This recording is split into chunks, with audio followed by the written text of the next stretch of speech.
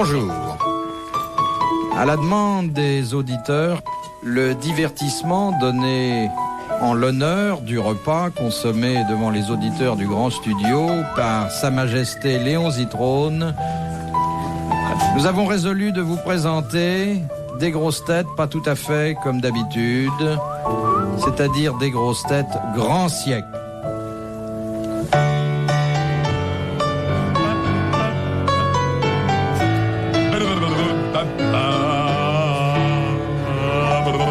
Ici comme à Versailles,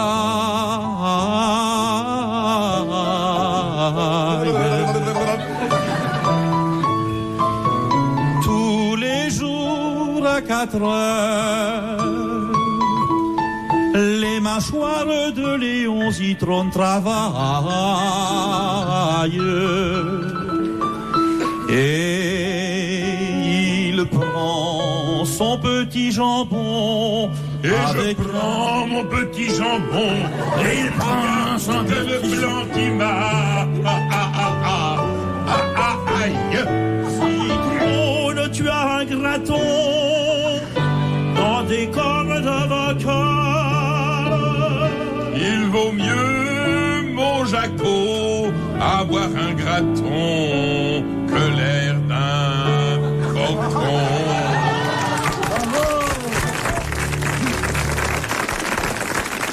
Mesdames et messieurs, ce divertissement offert par RTL était exécuté au piano. Exécuté, le mot n'est pas trop fort. Au piano par le maître de chapelle Darry Cole.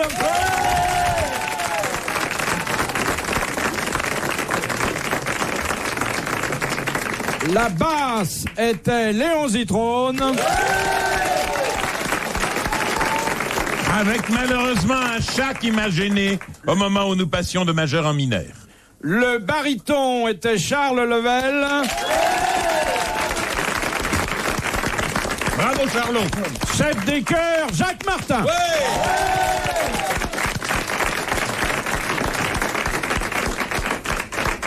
Puis-je vous demander, mes seigneurs, car je ne vous appellerai pas autrement aujourd'hui, d'user à l'égard de vos camarades, du public et donc de l'auditeur, de formules d'une courtoisie exquise. Puis-je, votre majesté, avant de débuter, me tourner vers cette charmante pucelle qui vient de me tâter la cuisse et m'a demandé si j'ai bien compris de la rentrer car elle vous gêne et vous ne pouvez pas regarder Bouvard. C'est bien cela.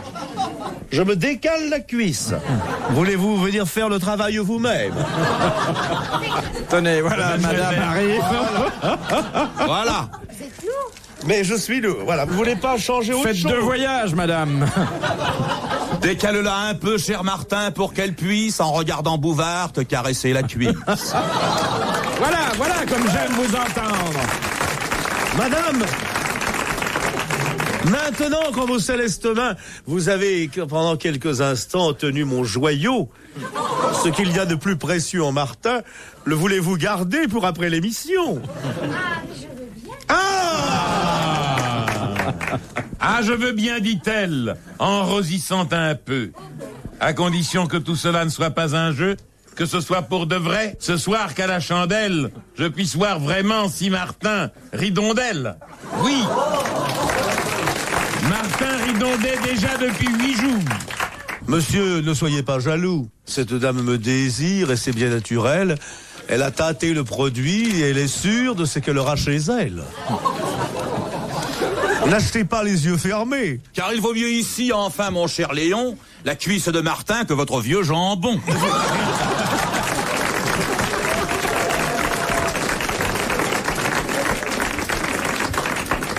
Je vois mal mademoiselle coucher contre une tranche. Même si, pour celle-ci, c'est aujourd'hui dimanche. Bon, voici Mais de nous la... vous écoutons. Enfin. Non, mais... Nous vous écoutons Parlez, et vous pourvu êtes chez qu'on vous. rigole, Parlez, et mon tout cela cher vaut Bouvard. mieux que les trucs de Darry Cole. Ne soyez pas méchant, s'il vous plaît, avec ce comique. J'ai pour lui la plus forte admiration. J'aime ses histoires. J'aime son bon ton, son accent et son rire sans pareil. Et puis, au moins, lui ne bouffe pas du jambon pendant que les autres bavardent. Qu'est-ce qu'il y a? J'ai un problème? Parce que jambon rime pas avec bavarde. Hein. Non, mais ce n'est pas fait pour. Nous parlons en vers Jambon ne blanc. rime pas, bien sûr, avec bavarde. Mais jambon de zitrone, ça rime avec bombarde. Car vous savez, messieurs, que ce grand artilleur est passé près du feu quand il avait du cœur. Oh, dis donc, ouais. Nous pourrions peut-être répondre aux questions en musique, c'est-à-dire je vais les poser selon le récitatif qui est mon lot quotidien, et la réponse, vous la ferez en musique. Bon, alors moi, je me mets au piano, c'est ça? Oui. Alors, parlez bien fort afin que du piano, en jouer, je le puisse. Il serait bon d'employer un peu plus le subjonctif imparfait, dont, je le rappelle, Léon Zitrone a été le propagateur, l'introducteur en France. Oui. Et si aujourd'hui, parmi les travailleurs les plus humbles, on se sert d'un imparfait du subjonctif, Quelquefois. c'est à Léon Zitrone qu'on le doit. C'est Le vrai. soir à la chandelle. Il a rendu à l'imparfait du subjonctif ses lettres de noblesse. Première citation. Car il m'est arrivé d'apprendre la grammaire en voyant sur l'écran notre bon vieux grand-père. De Madame Raison-Roi d'Orchamps. Ah non, ça se chante, ça. Récitatif. Madame Raison-Roi. Cher Philippe, voulez-vous nous donner la question? Voulez-vous, s'il vous plaît, cher Philippe, sur le champ, nous dire quelle est-elle? Et dans cette émission, nous parler maintenant de Raison-Roi d'Orchamps. Eh bien, c'est une... Chante, Minette. Je vous défendre de m'appeler Minette, d'abord. Hein, je ne suis pas votre Minette, monsieur Martin. Mais Minette, si tu chantes pas tes autres copines, elles comprennent pas pourquoi. L'auditeur va dire, mais elle ne chante pas Minette aujourd'hui? Qu'est-ce qu'elle fait alors? Pourquoi elle ne chante plus Minette? Elle ressemble à des poltrons, Minette? Qui a dit? Oh, combien? Ah, oui. Des basses. Qui a dit? En cas de panne. En cas de panne, Panne et non pas qu'en cas de... En cas de panne. Il y a 3 sortes de femmes. Oui. Les sentimentales qui pleurent, les idiotes qui rient, et puis, il y a les travailleuses. Il y a le 3e lot des travailleuses. C'est le lot qui nous rend heureuses. Frédéric Dard. mon cher Philippe Bouvard, sans vouloir vous fâcher, est-ce que cette question serait de Monsieur Marchais? S'agit-il d'un auteur dont chaque fois l'on rit? Oui. S'agit-il là de Monsieur Sacha Guitry? Non. Bien fait Léon. Eh bien, mon cher Philippe, alors, mon cher Bouvard, est-ce que c'est une question posée par Monsieur Bernard? Oui, Tristan Bernard. Bonne réponse de Charles Level. Vous écoutez RTL. RTL, 4h, 4h30, dans la nuit des temps des grosses têtes de Philippe Bouvard. De Madame Desmarais, qui n'est pas la nôtre, mais qui est une Madame Desmarais de Lierre. Ma veste. Qui a dit? Ma veste va être toute froissée. J'ai posé mon derrière sur dessus. Qui a dit? Ça va là? Certains croient que le génie est héréditaire, les autres n'ont pas d'enfants. Victor Hugo? Non. Plus tard? Était-ce un grand auteur décédé depuis peu? Il était grand, il était auteur, il était mort et il est mort sans enfant. Était-ce un homme qui ne s'est jamais marié? Il s'est marié, sa femme lui a survécu. Labiche? Non. Était-il français? Il était français, il était même de l'Académie française. Ah, secrétaire perpétuel peut-être? Non. Et il resta vert très longtemps. Il restait vert, le cœur à l'aise. Est-il mort il y a longtemps? Il est mort il y a 10 ans. Est-il mort en faisant du vent? On ne fait jamais du vent partant. Vantait-il le jour de sa mort? Avait-il du talent? Ses œuvres, lui, ont-elles subsisté encore? Était-ce un auteur bien gourmet? Était-ce, mon cher Philippe, un auteur dramatique? Oui, C'était Achard? c'était un char. Bonne réponse de Charles Level. C'est épatant, car jamais acharnement. Ah. Ça a quand même beaucoup plus de classe que d'habitude. Hein. Il a une ça n'a belle pas Léon. d'importance. Vous auriez dû la travailler, vous avez un bel organe. Hein. Ah oui.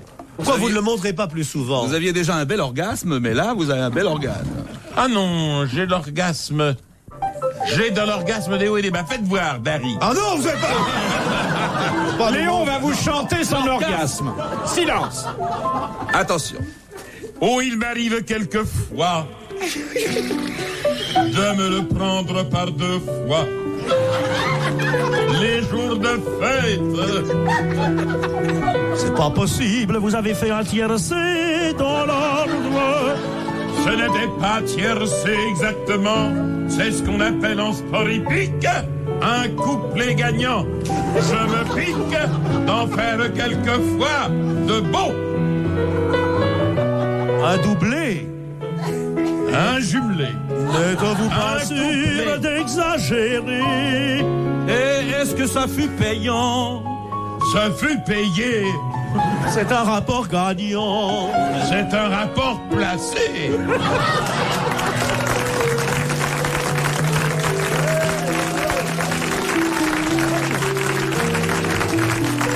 Il faut dire qu'en la matière vous êtes fort introduit. Je suis fort introduit dans ce sport, car je l'aime. Très fort. J'y vais tous les dimanches, Ah bon? juste après mon jambon. Léon a déjà sauté des biches et il a sauté le gros Offenbach. À Auteuil, il arrive dans un fauteuil. À Longchamp, c'est lui qui prend tout le champ. À Évry, qu'est-ce qu'il fait le bon citrone? À Évry, sur tous les pouliches, il trône. Que va-t-il faire encore pour nous étonner cette année?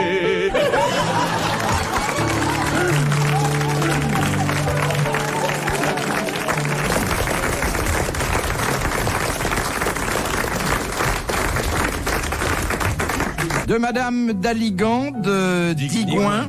Madame Daligan de Digoin. Madame Digoin de Daligan.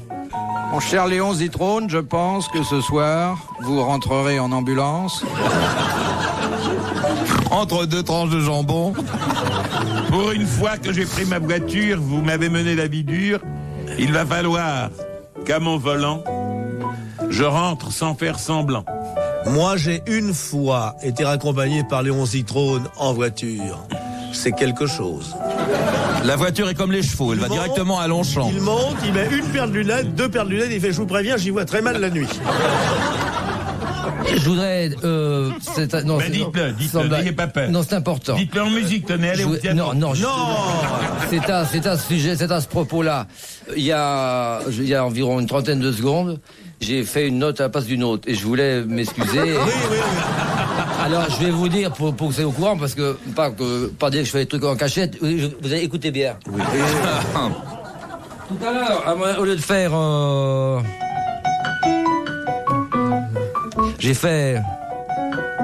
Voilà. Bon bah tu nous envoies la note et puis on Faut verra. t'avouer, ta moitié On pardonnée. passe l'éponge, hein. Merci bien. La question qui vient de Digoin. Il peut être muet, ouvert ou fermé. C'est le. C'est le. Bonne réponse collégiale. Vous écoutez RTL. Philippe Bouvard sur RTL, 4h, 4h30, les grosses têtes dans la nuit des temps.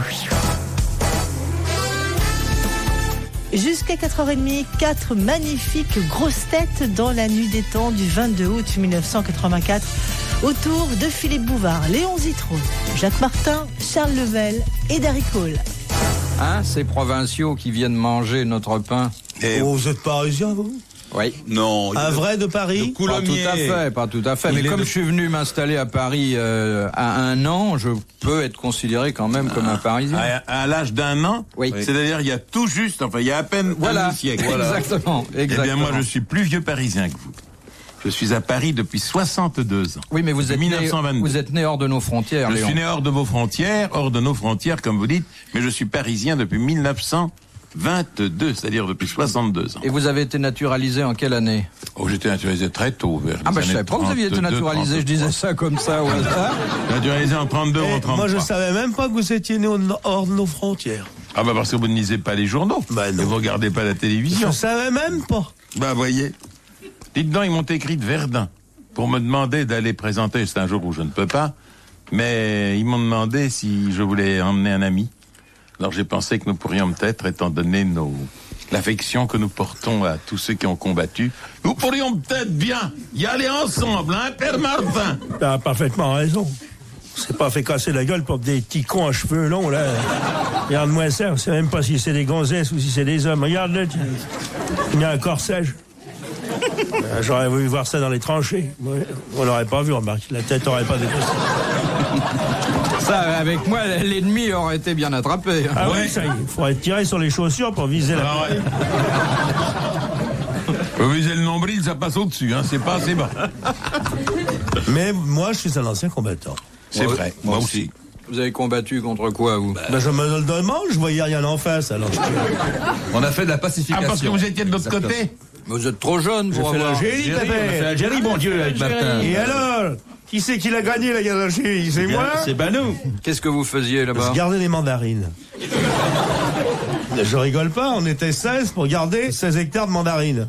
Vous aviez votre hectare chacun. Il vaut mieux faire la guerre avec des mandarines qu'avec des grenades. Ben, moi, j'ai préféré. Et vous, On monsieur n'a pas eu de Lebel? pépins. Ben, même chose, seulement moi j'étais dans un régiment de tirailleurs algériens. Alors ça donnait à peu près ça. Vous avez surtout dû défendre votre vertu, J'ai là. défendu ma vertu, oui, énormément, oui. Tirailleurs level, le 21e artère, le 3e commandement. Attention mon capitaine, salut tout le monde. C'est une question qui est successivement importante, mais absolument ça fait rien. J'entendais parler comme ça autour de moi. Dans quoi vous avez fait votre service, vous, monsieur Daricole? Dans le piano. Dans l'armée. Oui. J'étais... Ah, dans l'armée? Mais pas dans la guerre. Quelle guerre d'abord? Laquelle? 70. 70, 71, oui. J'ai pas souvenir.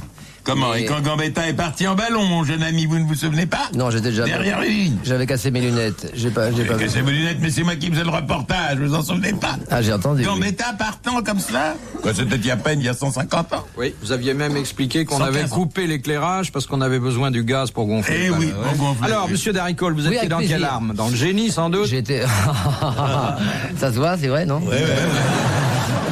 Il y a des restes. Non, j'ai fait la... À l'époque, tous les cas, il y a j'étais... de beaux restes. J'ai fait la PM, donc c'était préparation militaire, parce qu'à Ouais. l'époque, j'étais trop jeune. Ça veut dire pour aussi mon truc. pistolet mitrailleur. Ouais. Pistolet mitrailleur, oui. Alors, aussi petit J'ai... Martin. Vous avez- vous j'ai avez fait eu ça un grade dans une caserne. Non, pas du tout. Non? Non, pas que j'ai refusé, mais on me l'a pas proposé. Non, j'ai servi dans le judo. Ah, dans le judo? Ouais, j'étais dans le judo. c'est une J'étais... belle arme, Je servais de cobaye. On apprenait les... Celui dans le judo. On On vous apprenait- mettait sur le tatami et vous criez Wazari. Non, oui, enfin, j'étais très souple et je servais de cobaye. On se servait de moi pour apprendre à faire des prises. Ah ouais. Et dans Donc, quelle arme? C'est pour ça que j'ai commencé à être déformé. Mais en uniforme ou en pullover? On était en chandail. On n'avait Ah, t'étais en j'étais chandail. pas dans la guerre. On Ah, n'avait pas c'était de... les camps de jeunesse. Les PM, c'est ça, chantiers oui. de jeunesse. On n'avait pas d'uniforme, il n'y avait Si, pas de bleu, quoi. ils faisaient ça dans les couvertures. Ouais. Avec Zitrone, c'était quoi votre arme, vous? Les saucisses? non? L'artillerie. L'artillerie. Oh, les L'artillerie lourde ou l'artillerie légère? L'artillerie moyenne, c'était du Il 155 l'a dit, Léon, coups lors d'un Schneider. commentaire mémorable pour la revue du 14 juillet. Il a dit Vous que c'était tiriez l'époque à où il quoi? tirait 150 coups à la minute. 155 cours Schneider.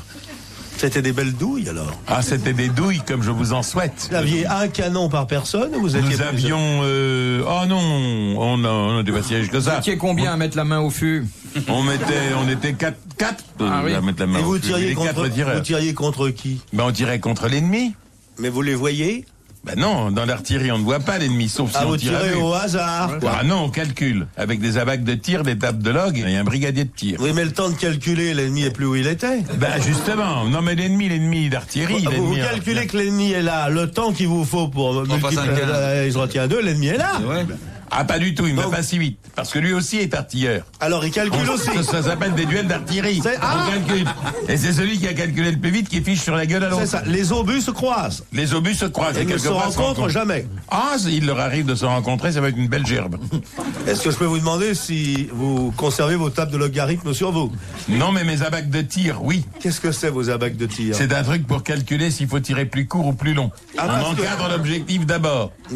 D'abord vers le nombril, ensuite vers les genoux, troisième coup au but. C'est intéressant, je vous voyais pas sous cet angle-là. Vous étiez un officier sévère? Pas du tout. Pas du tout. Sauf qu'il m'est arrivé une fois ou deux d'aller chercher mes hommes dans une maison de tolérance à 50. Vous étiez donc artilleur? J'étais artilleur. Pourquoi vous avez Bouvard sous vos ordres? Non, Bouvard était trop jeune. Non, je jouais l'obus, lui. Retrouvez les grosses têtes dans la nuit des temps sur RTL.fr.